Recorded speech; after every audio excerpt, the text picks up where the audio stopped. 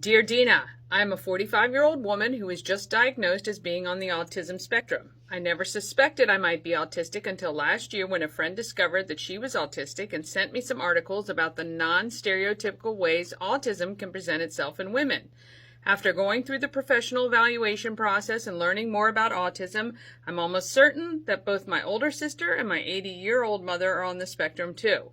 Should I tell them about my diagnosis and suspicions about them? If so, how? We are a family that never discusses emotions or meaningful experiences, but I am in almost daily text message contact with both of them about trivial things like cooking or sharing photos of our dogs.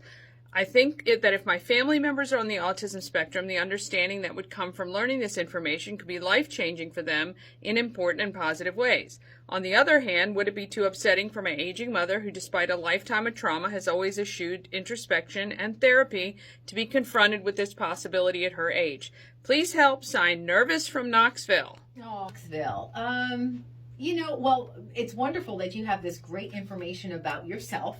That's, it's always good to gather information about yourself. It helps you to understand how you have processed things in the past, how you're doing it now, and then how to best process things in the future. As far as sharing with your family, I think you have every bit of everything to gain by sharing a bit of yourself from your family.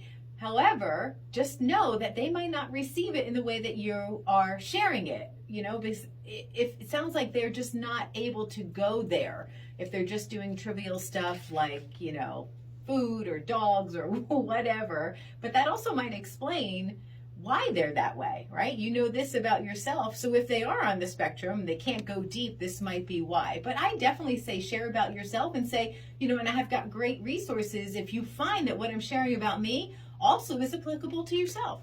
Yeah, that's where about your own diagnosis. Right. You don't give them that you think that they are the same, right, because that's really when people could get offended.